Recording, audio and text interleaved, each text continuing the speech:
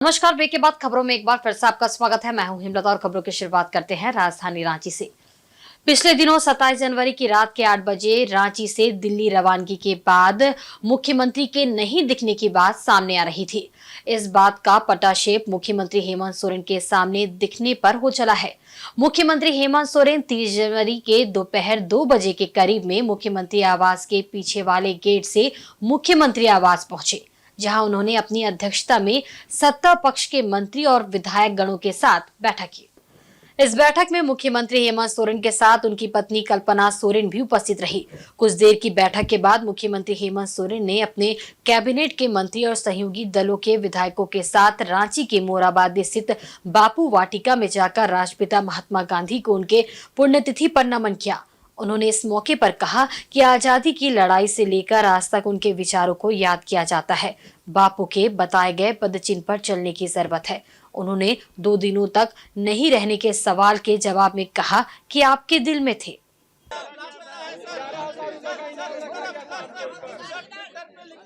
आपके दिल में थे,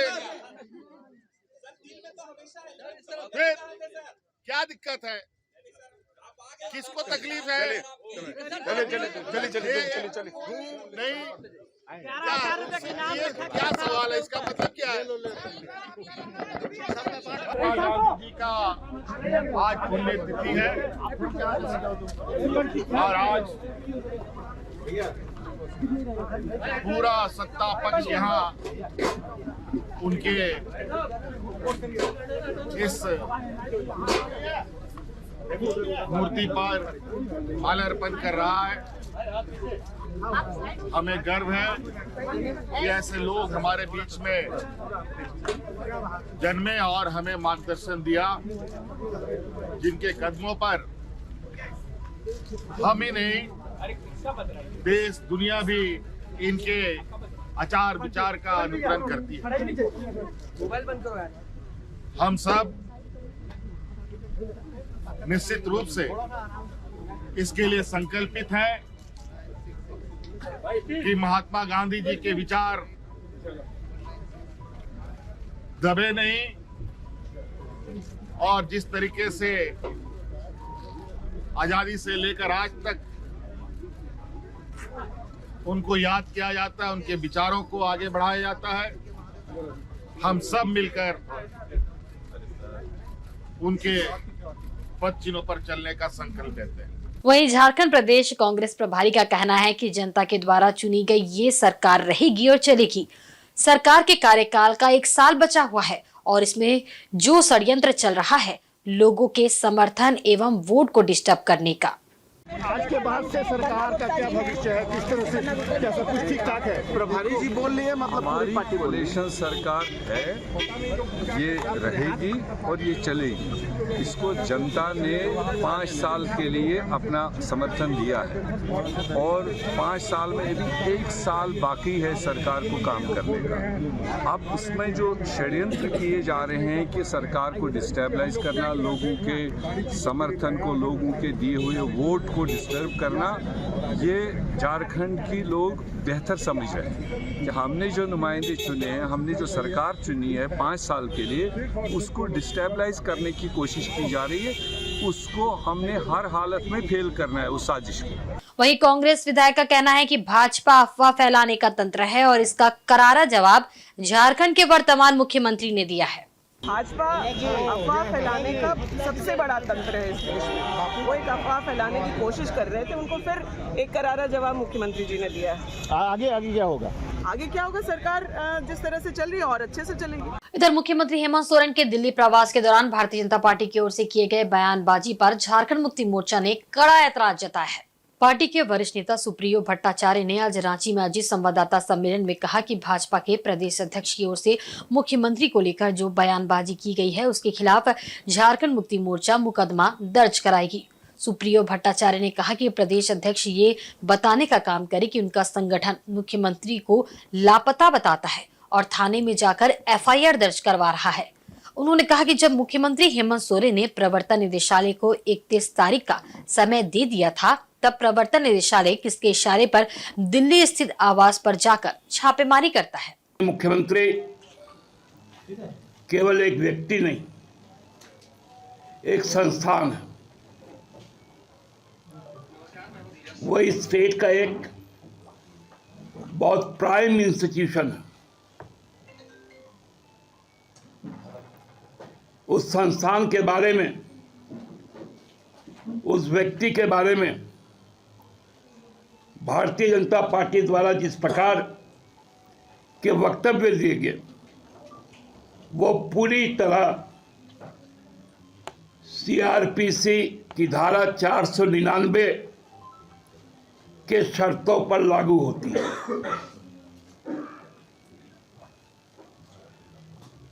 सीआरपीसी 499 जिसमें मानहानि की बात की गई,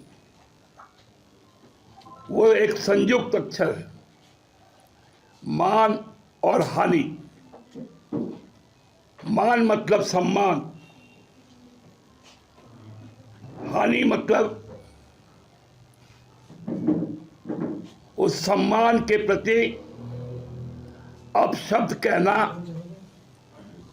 अपमान करना।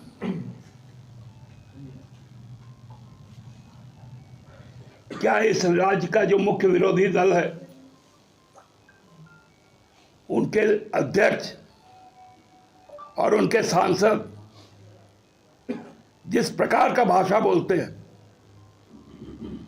उन पर बहुत जल्द हम लोग आपराधिक मुकदमा करेंगे सीआरपीसी की धारा 499 पर। ट्वीट करके वो फोटो छापते हैं, लिखते 11,000 रुपए का इनाम। निष्ठा की पराकाष्ठा है बाबूलाल जी का।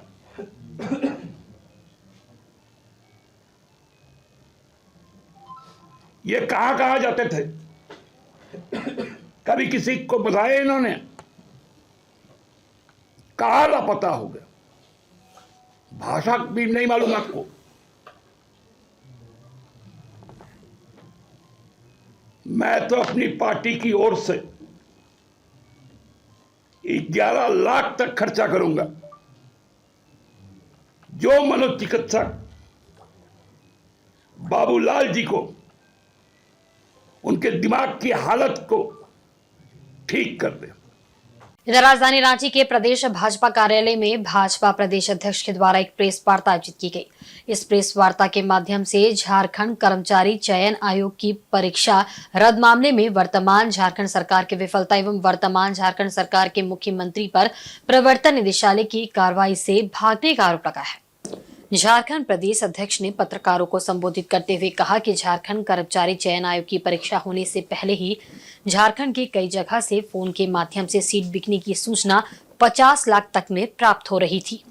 वायरल प्रश्न पत्र ट्वीट भी किया जा चुका है और हमारी ओर से उस समय से ही मांग की गई है कि इस आयोग पर FIR होनी चाहिए। पिछले 7 वर्षों से वर्तमान राज्य सरकार के शासनकाल में राज्य के हालात सुधरने के बजाय बिगड़े हैं। इस प्रकार का प्रश्न पत्र लीक होने और परीक्षा रद्द होने का पहला मामला नहीं है। पहले भी कई परीक्षाएं रद्द की गई है। कि JSCC का रद्द हुआ है प्रश्न लीक होने के मामले को ही लेकर के, ये पहली घटना नहीं है। पहले भी इस प्रकार की कई घटना हुई। यहाँ तक कि GPSC का भी आप सबको ध्यान में है कि एक बार एक साथ में कितना वो एग्जाम कर रहे थे,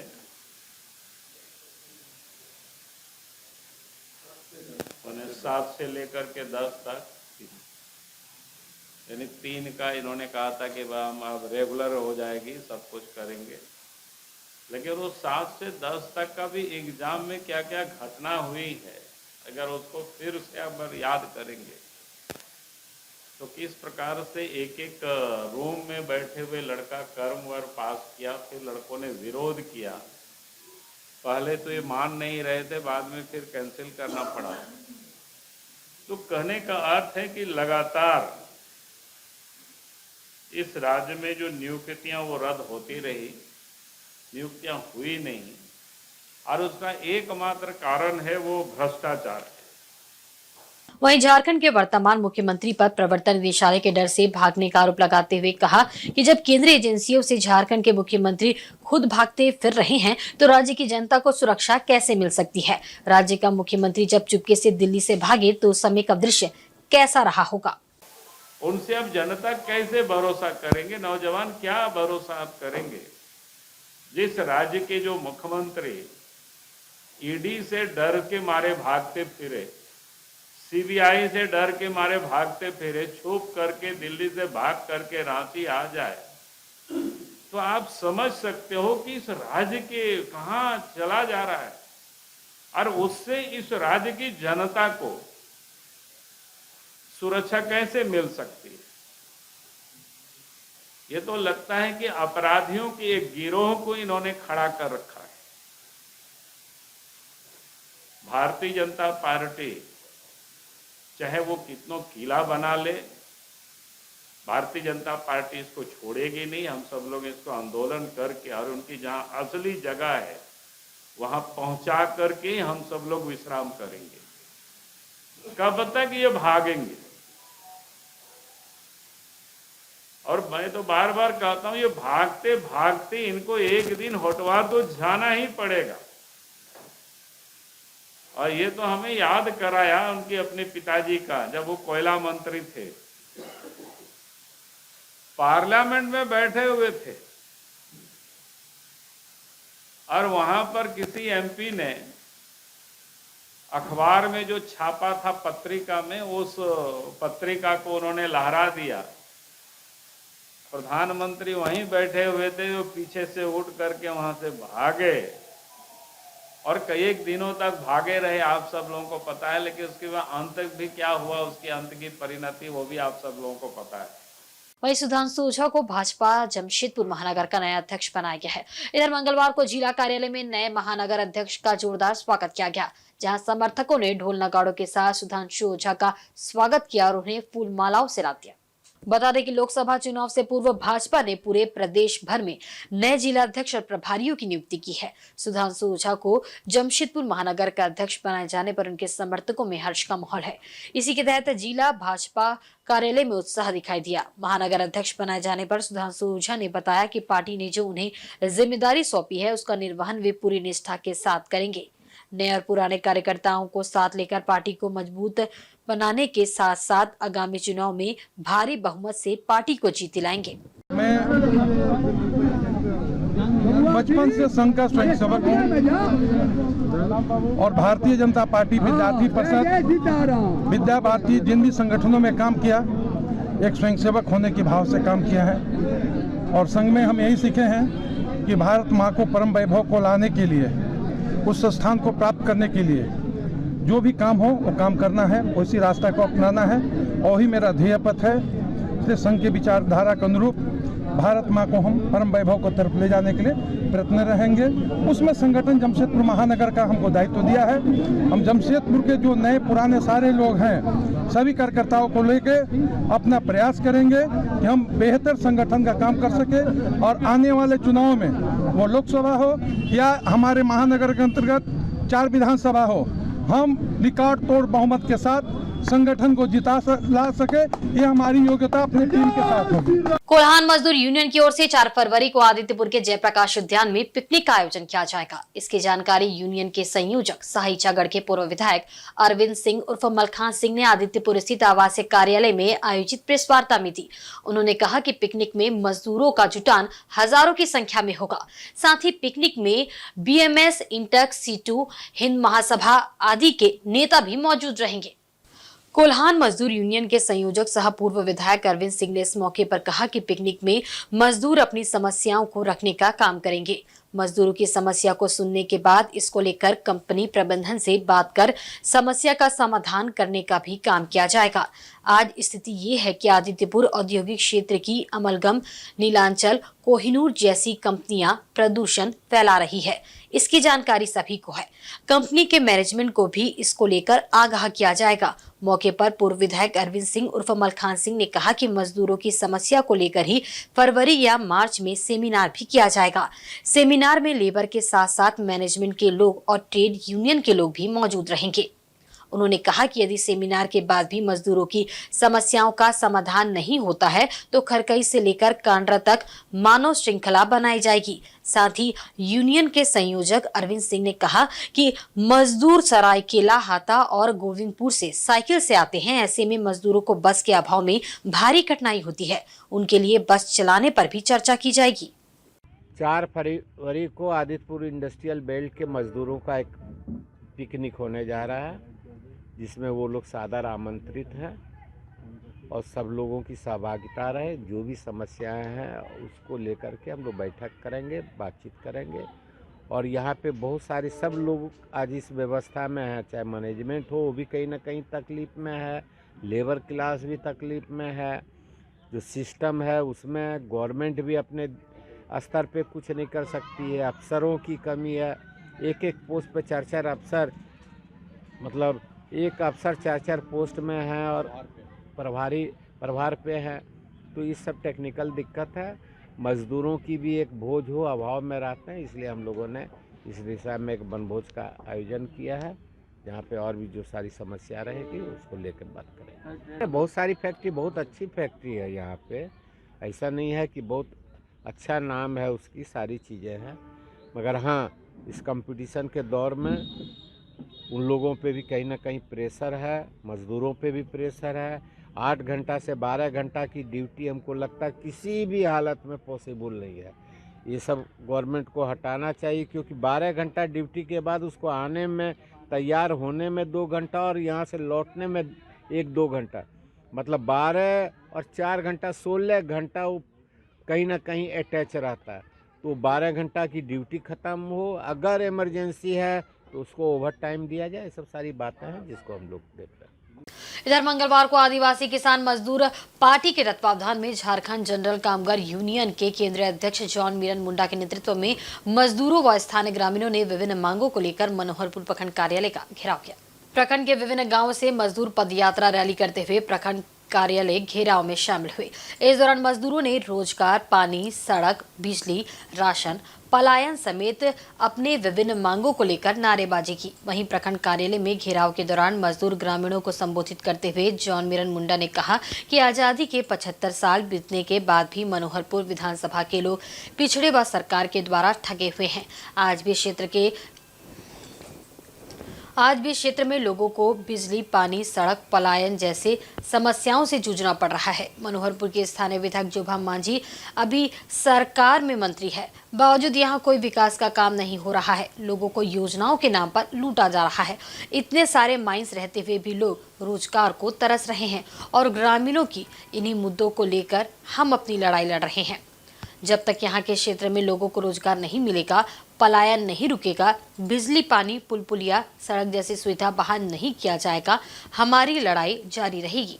वहीं मौके पर विभिन्न गांव से आए ग्रामीणों व मजदूरों ने अपने अपने गांव की समस्याओं को रखा। इस दौरान स्थानीय खदानों में 75% स्थानीय आदिवासियों को रोजगार देने, आवास योजना जरूरतमंद लोगों को देने, मजदूरों को सही मजदूरी भुगतान करने समेत 11 सूत्री मांगों को लेकर जॉन मीरन मुंडा के नेतृत्व में प्रतिनिधि मंडल ने बीडीओ से मुलाकात कर प्रधानमंत्री के नाम एक ज्ञापन भी सौंपा। मौके पर मान सिंह तिरिया, प्रेम सिंह हिम्ब्रम, मंजू हिम्ब्रम समेत दर्जनों लोग मौजूद थे। को लेकर के धरना में बैठे हैं मनोहरपुर ब्लॉक परिसर, प्रखंड कार्यालय परिसर। देखिए, सबसे पहला तो आज का कार्यक्रम जो है छोटा नगरा से पदयात्रा एक साइड, और इधर जो है आपका कोलपुट्टा से पदयात्रा करते हुए ये धरना प्रदर्शन किया जा रहा है। यह धरना प्रदर्शन इसलिए किया जा रहा है कि मनोहरपुर प्रखंड में जो न सड़क है, न पीने का पानी है, यहाँ के लोग आज भी आदिम युग में जीने को मजबूर हैं। जबकि इसी विधानसभा क्षेत्र से हमारा माननीय जोभा मांझी मंत्री बनी हुई है और लगातार जो इस क्षेत्र सबसे ज़्यादा मंत्री बनी हुई है, उसके बावजूद भी मनोहरपुर को देखेंगे तो सबसे ज़्यादा पिछड़ा आप देखेंगे। तो हम लोग इस धरना के माध्यम से मांग करना चाहते हैं कि जितने भी गांव में चापाकल खराब है, जल मीनार खराब है, उसको अविलंब बनाया जाए। अभी भी लोगों को सड़क का सुविधा नहीं है, उस जगह पर डीएमएफटी फंड से जो है सड़क बनाया जाए। और गरीबों का अनाज में लूट हो रहा है, 4 महीना 5 महीने का राशन घोटाला हुआ है, वहाँ के राशन जो है दिया जाए। और इस क्षेत्र में पलायन बहुत बड़ा समस्या है। यहाँ के लोगों को सेल में माइंस क्षेत्र में मशीन हटा करके उन लोगों को काम दिया जाए, यही हम लोग का मांग है। और इस मांग के लिए आज हम लोग ये धरना। संजय पांडे उर्फ संजू पश्चिमी सिंहभूम जिला के नए भाजपा जिला अध्यक्ष बनाए गए हैं। संजय पांडे को जिला अध्यक्ष बनाए जाने पर चाईबासा में भाजपाइयों ने संजय पांडे को बधाई दी है और खुशियां मनाई हैं। इसी क्रम में पूर्व मंत्री बड़कुंवर कागराई ने भी संजय पांडे को बधाई देते हुए उनका अभिवादन किया है। मालूम रहे कि संजय पांडे तीसरी बार भाजपा के जिला अध्यक्ष बनाए गए हैं। भाजपा के प्रदेश अध्यक्ष तथा पूर्व मुख्यमंत्री बाबूलाल मरांडी ने प्रदेश के सभी जिला और महानगर के अध्यक्षों की नई सूची सोमवार देर शाम को जारी की है, जिसके बाद पता चला कि संजय पांडे उर्फ संजू पर प्रदेश कमेटी ने तीसरी बार भरोसा जताया है और उन्हें जिला की कमान सौंप दी है। प्रदेश कमेटी से मिली जिम्मेदारी के महत्व को इससे समझा जा सकता है कि इसी साल लोकसभा और विधानसभा चुनाव होने वाले हैं। ऐसे में प्रदेश कमेटी को लगता है कि संजय पांडे ही चाईबासा जिला में कमजोर पड़ी भाजपा को फिर से मजबूत कर पाएंगे और दोनों चुनाव में सभी सीट पर जीत दिलाएंगे। संजय पांडे भाजपा से पिछले 30 सालों से जुड़े हुए हैं। अब तक 3 बार पश्चिमी सिंहभूम जिला भाजपा जिला अध्यक्ष, युवा मोर्चा के जिला अध्यक्ष, भाजपा जिला मंत्री और 20 सूत्री के जिला उपाध्यक्ष सहित विभिन्न पदों पर रहकर पार्टी को मजबूत करने का कार्य कर चुके हैं। संजय पांडे ने कहा कि संगठन ने जो उन्हें जिम्मेदारी दी है उसे वे पूरी ईमानदारी और कर्मठता से निभाएंगे। उन्होंने कहा कि पश्चिमी सिंहभूम जिले के लोकसभा सीट और 5 विधानसभा सीट पर भाजपा को जीत दिलाना उनका सबसे बड़ा लक्ष्य है। पुराना कार्यकर्ता है, इससे पहले भी 2 बार संगठन को देखने का काम किया और सूत्री उपाध्यक्ष काफी सीनियर कार्यकर्ता है। इनका नेतृत्व में निश्चित रूप से संगठन मजबूत होगा और आने वाला समय जिस उद्देश्य से पार्टी ने प्रदेश नेतृत्व में जो जिम्मेदारी दिया है, निश्चित रूप से इनका नेतृत्व में संगठन मजबूत होगा और मिशन 2024 से निश्चित पूरा होगा। पूर्ण विश्वास है। मैं बधाई देना चाहूँगा केंद्र प्रदेश के अध्यक्ष जी को, महामंत्री जी करमबीर जी और संजू जी को मेरी शुभकामनाएं कि निश्चित रूप से इनका नेतृत्व में संगठन मजबूत होगा और 5 विधानसभा 5 मेरा विधायक होगा। मिशन 2024 का संसद भी यहाँ से होगा उनका नेतृत्व। आपको भी जिम्मेदारी मिली है? निश्चित रूप से मुझे भी जिम्मेदारी मिली है, बहुत बड़ी जिम्मेदारी मिली है। कोलान प्रमंडल से मैं प्रदेश उपाध्यक्ष मुझे जिम्मेदारी मिला है, इसके लिए मैं केंद्रीय नेतृत्व और प्रदेश नेतृत्व को बधाई देना चाहूँगा। मेरे जैसे छोटे कार्यकर्ता को ये महत्वपूर्ण जिम्मेदारी देने का काम किया, उसको निश्चित रूप से खरा उतारने का प्रयास करूँगा और सारे कार्यकर्ताओं को संगठन को पहले मजबूत करेंगे, उसके बाद संगठन के माध्यम से हम लोग चुनाव हमारे पक्ष में करने का हम लोग पूरा प्रयास करेंगे। बताइए ना जी। सबसे पहले तो मैं नेतृत्व को झारखंड प्रदेश के अध्यक्ष आदरणीय बाबूलाल मरांडी जी को, संगठन महामंत्री करमबीर जी को, झारखंड प्रदेश के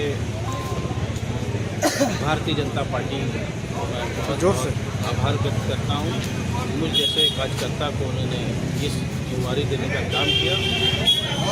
आने वाले चुनाव में पार्टी जो भी अपेक्षा रखेगी उस पर हम लोग खरा उतरने का प्रयास करेंगे। 2024 में मिशन 2024 में अपने नरेंद्र मोदी जी के नेतृत्व में केंद्र में भारतीय जनता पार्टी की सरकार पुनः बनाएंगे और उसमें सिंहभूम सीट से भी हमारा एक कमल फूल वहाँ प्रतिनिधित्व जरूर करेंगे। वहीं मुसाबनी में भारतीय परिवार संगठन की ओर से राष्ट्रपिता महात्मा गांधी की पुण्यतिथि मनाई गई।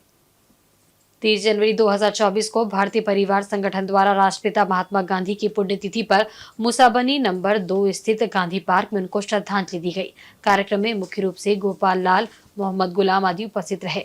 गोपाल लाल ने गांधी जी की मूर्ति पर माल्यार्पण किया और पूरा विश्व जानता है कि अहिंसा के पुजारी 30 जनवरी 1948 को गांधी जी की हत्या की गई थी और ये देश के लिए पूरे विश्व के लिए बहुत ही दुखद था और इसलिए हम लोग आज उनकी पुण्यतिथि में उनको श्रद्धा सुमन अर्पित करने के लिए भारतीय परिवार पूरा मुसाबनी के सभी गणमान्य लोग यहाँ उपस्थित हुए हैं और उनको श्रद्धा सुमन अर्पित कर रहे हैं। राष्ट्रपिता महात्मा गांधी की पुण्यतिथि पर जमशेदपुर प्रखंड के दक्षिण करंडी पंचायत में स्वच्छता पखवाड़ा मनाया गया। वहीं दक्षिण करंडी पंचायत की मुखिया सरस्वती टुडू के नेतृत्व में स्वच्छता को लेकर जागरूकता रैली निकालकर आम लोगों को स्वच्छता के प्रति जागरूक करने के लिए जागरूकता अभियान चलाया गया। वहीं मुखिया के नेतृत्व में ग्राम सभा का भी आयोजन किया गया, जिसमें करंडी क्षेत्र के दुकानदारों को अपनी दुकान के आगे डस्टबिन लगाने की हिदायत दी गई। अन्यथा जिस दुकान के सामने कचरा फेंका मिलेगा उसे ग्राम सभा के द्वारा 1000 रुपए का जुर्माना लगाया जाएगा। साथ ही कहा गया कि दक्षिणी करंडी पंचायत के क्षेत्र में मत्स्य विभाग के बगल में परसुडी क्षेत्र के प्लेटों से निकलने वाले कचरे को यहाँ फेंक दिया जाता है। अगर कचरा फेंकना बंद नहीं किया गया तो ग्राम सभा द्वारा कचरा फेंकने वालों को पकड़े जाने पर उसे 1000 रुपए जुर्माना वसूला जाएगा। वहीं महात्मा गांधी की पुण्यतिथि पर मुखिया के द्वारा अपील भी की गई है कि करंडी चौक के आसपास दुकान के सामने गाड़ी सड़क पर पार्किंग कर दिया जाता है, जिस कारण करंडी चौक हर दिन 1 से 2 घंटे जाम हो जाती है। जाम से निजात दिलाने को लेकर मुखिया के द्वारा करंडी से डीवीसी के बगल में स्थल चयन कर वाहन पार्किंग किए जाने की व्यवस्था करने की बात कही है, जिससे कि जाम से लोगों को निजात मिलेगी। इधर स्वच्छता रैली में दक्षिण करंडी पंचायत की पंचायत प्रतिनिधि एवं ग्रामीण उपस्थित हुए। हम सब जानते हैं आज हमारे राष्ट्रपिता महात्मा गांधी जी का पुण्यतिथि है, तो हम लोग ग्राम सभा ने ये निर्णय लिया कि क्योंकि अभी हम लोग देख रहे हैं आए दिन हम लोग का करंडी चौक बहुत ज़्यादा ट्रैफिक रहता है और गंदगी भी बहुत ज़्यादा हो रहा है दुकानदारों के द्वारा, और जितने भी लोग आते हैं गुटखा पान कुछ भी खा रहे हैं और कुरकुरे वगैरह और डब्बा रोड में फेंक दे रहे हैं। तो ग्राम सभा ने निर्णय लिया कि क्योंकि आज हमारे राष्ट्रपिता का पुण्यतिथि भी है और उनके नाम पर श्रद्धांजलि के रूप में आज हम लोग अपने पंचायत को स्वच्छ करंडी बनाने का ये शपथ हम लोग ले रहे हैं। ऐसे हमारे पंचायत में स्वच्छता अभियान चलेगी और जितने भी गंदगी यहाँ वहाँ ढेर है वो सब का भी हम लोग सफाई करवाने जा रहे हैं और जितने भी दुकानदार हैं सबके आंगन में हम लोग डस्टबिन वगैरह रखने के लिए आज सजेशन दे रहे हैं। जो दुकानदार नियम का पालन नहीं करेंगे वो ग्राम सभा करंडी ग्राम पंचायत दक्षिण करंडी की ओर से 1000 रुपये का जुर्माना किया जाएगा। और हम लोग देख रहे हैं वो दिसम जाहिर खान जो है करंडी उसके आसपास और मछली विभाग के आसपास इतना कचरा फेंका जा रहा है बाहरी लोगों के द्वारा भी, कोई ट्रैक्टर से तो कोई ठेला से लेके आ रहे परसुडी वगैरह का कचरा हमारे पंचायत में आके फेंका जा रहा है। तो वहाँ पे हम लोग साइन बोर्ड ग्राम पंचायत राज के द्वारा भी लगाया गया है, तो हम लोग चाहते हैं कि उसका पालन करें बाहरी लोग भी और साथ में हमारे पंचायत के लोग भी। अगर ये जो कानून हम लोग बना रहे अपने पंचायत की तरफ से अगर उसका पालन नहीं किया जाता है तो हम लोग जिसको भी फेंकते हुए देखेंगे उसको 1000 रुपये जुर्माना भरना पड़ेगा। सरायकेला जिले के एकमात्र मॉडल महिला कॉलेज की छात्राएं कई प्रकार की समस्याओं से जूझ रही है। वर्षा के दिनों में जहां खरकई नदी का जलस्तर पूरे कॉलेज को घेर लेता है, तो वहीं कॉलेज के बाउंड्री से मात्र 10 फीट की दूरी पर शमशान में शव जलाया जाता है, जिसके कारण छात्राएं भयभीत है। समस्याओं के निराकरण के लिए महाविद्यालय के प्राचार्य स्पार्कलिन दे ने कई बार जिला प्रशासन एवं नगर प्रशासन का ध्यान आकृष्ट करा है, परंतु किसी प्रकार का सकारात्मक परिणाम सामने नहीं आया है। उन्होंने कहा कि मॉडल महिला कॉलेज खरकई नदी तट पर अवस्थित है। वर्षा के दिनों में खरकई नदी का जलस्तर कॉलेज परिसर में पहुंच जाता है। ऐसे में कॉलेज में प्रवेश करना छात्राओं के लिए काफी मुश्किल हो जाता है। उन्होंने 500 मीटर तक 4 फीट का गढ़वाल की मांग रखी है, ताकि नदी का जलस्तर कॉलेज परिसर में ना पहुंचे। इसके साथ ही कॉलेज के बाउंड्री से सटा हुआ शमशान घाट है, जहां प्रत्येक दिन कई शव जलाए जाते हैं, जिसके कारण छात्राएं उस सड़क से होकर आना जाना नहीं चाहती है। छात्राओं द्वारा कई बार कॉलेज प्रशासन को इस संबंध में अवगत कराया गया है। महिला महाविद्यालय सरायकेला खरसुआ नदी की तट में ही है, खरकाई नदी की तट में ही है, और जहाँ पर बारिश के समय में काफ़ी पानी आ जाता है और ये पानी लगभग महाविद्यालय परिसर तक एंटर कर जाता है। सो इसको ये महाविद्यालय को उसी से रक्षा करने के लिए एक छोटी सी बांध का ज़रूरत है, ब्रैकेट टाइप का ज़रूरत है, जो कम से कम अगर 500 मीटर लंबी तक 4 फुट ऊंचाई का बांध बने किनारे में नदी का, तो महाविद्यालय सुरक्षा संभव है। इधर टाटा स्टील के जोगा इंटर स्कूल कबड्डी का 3 दिवसीय टूर्नामेंट जीआरडी स्पोर्ट्स कॉम्प्लेक्स में आयोजित हो रहा है, जिसमें शहर की कुल 32 स्कूलों की टीमें भाग ले रही है। इस प्रतियोगिता के आयोजक आरएमएस स्कूल द्वारा किया जा रहा है। जिसमें टाटा स्टील एफिलिएटेड अंग्रेजी माध्यम स्कूल के महिला और पुरुष वर्ग के सीनियर जूनियर की 32 टीमें हैं। ये प्रतियोगिता 20 मिनट का खेला जाता है, जिसमें एक खिलाड़ी को विपक्षी टीम के घेरे के अंदर जाकर उसे छूकर अपने घेरे में चले जाना होता है। ऐसे में वहां जितने खिलाड़ी को छूकर जाता है वे सभी आउट माने जाते हैं। इसी तरह बारी बारी से दोनों टीमों के खिलाड़ी 20 मिनट के अंतराल में सभी को आउट करना होता है, जो रोमांच से भरा खेल होता है। ये प्रतियोगिता 31 जनवरी को फाइनल राउंड के साथ समाप्त होगी। स्पोर्ट्स है, ये दिनांक 29, 30 और 31 को फाइनल हो जाएगा। चारों कैटेगरी का जूनियर गर्ल्स और जूनियर बॉयज और सीनियर गर्ल्स और सीनियर बॉयज का यह टूर्नामेंट होता है और इसमें काफ़ी टीमें पार्टिसिपेट कर रही हैं और जिसमें कि बहुत सारे बच्चे निकल रहे हैं जो आपको अगले कुछ सालों में राष्ट्रीय स्तर का और फिर अंतर्राष्ट्रीय स्तर तक पहुंच सकते हैं। इन लोगों में बहुत ही काबिलियत है और उम्मीद है कि बहुत अच्छे करेंगे। इनको अच्छा कोचिंग मिले तो ये बहुत अच्छा कर सकते हैं, उम्मीद है। और मुसाबनी के सरस्वती विद्या मंदिर उच्च विद्यालय में कक्षा 10वीं की छात्र छात्राओं के लिए विदाई समारोह का आयोजन किया गया। मौके पर रंगारंग सांस्कृतिक कार्यक्रम का आयोजन किया गया। कार्यक्रम के दौरान कक्षा 10वीं के छात्र छात्राओं के बीच भेंट भी सौंपे गए। इस अवसर पर सचिव बाबूलाल सिंह ने कक्षा 10वीं के छात्र छात्राओं के उज्जवल भविष्य की कामना की और उन्हें अनुशासन के साथ अपने लक्ष्य के प्रति आशीर्वाद दिए। मौके पर मुख्य अतिथि मनोज संघाई, किशन कुमार अग्रवाल, चौधरी उमेश सिंह, सचिव बाबूलाल सिंह, प्रधानाचार्य सुश्री रूमी सरकार आदि उपस्थित थे।